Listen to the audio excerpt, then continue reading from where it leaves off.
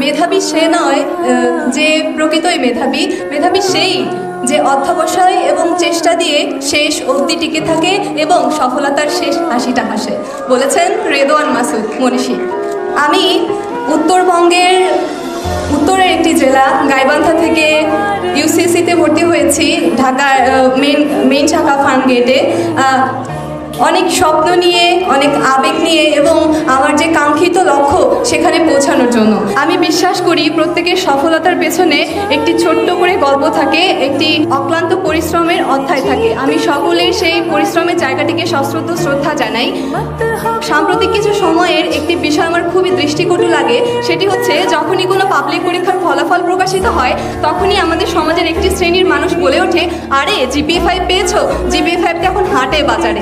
আসলেই কি তাই?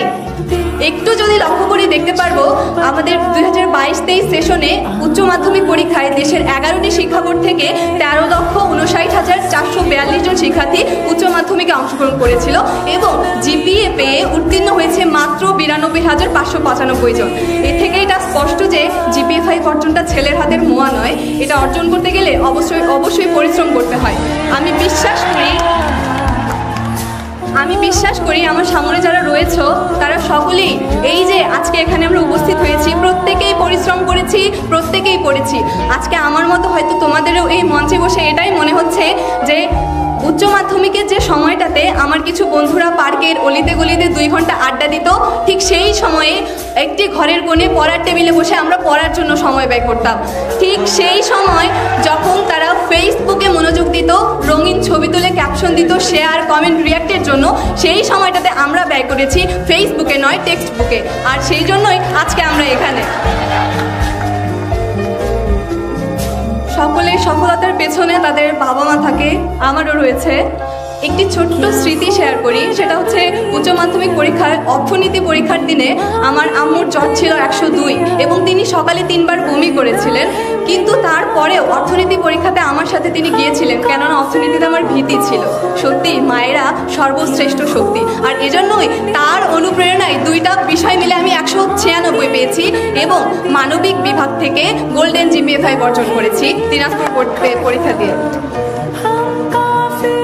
বঙ্গবন্ধু শেখ মুজিবুর রহমান একটি কথা বলে গেছেন, আমার এই স্বাধীনতা ব্যর্থ হয়ে যাবে যদি না আমার একটি বাঙালিও না খেয়ে থাকে। ঠিক সেভাবেই আমাদের এই GPA প্রাপ্তি ব্যর্থ হয়ে যাবে যদি না আসন্ন ভর্তি যুদ্ধে আমরা টিকে থাকতে না পারি, আমাদের অবস্থানটাকে দৃঢ় করতে না পারি। এজন্য সকলের কাছে আমি দোয়া চাইব এবং সকলে নিজেদের অবস্থান থেকে সর্বোচ্চটা দিয়ে চেষ্টা করব যাতে শেষ হাসিটা আমরা হাসতে পারি।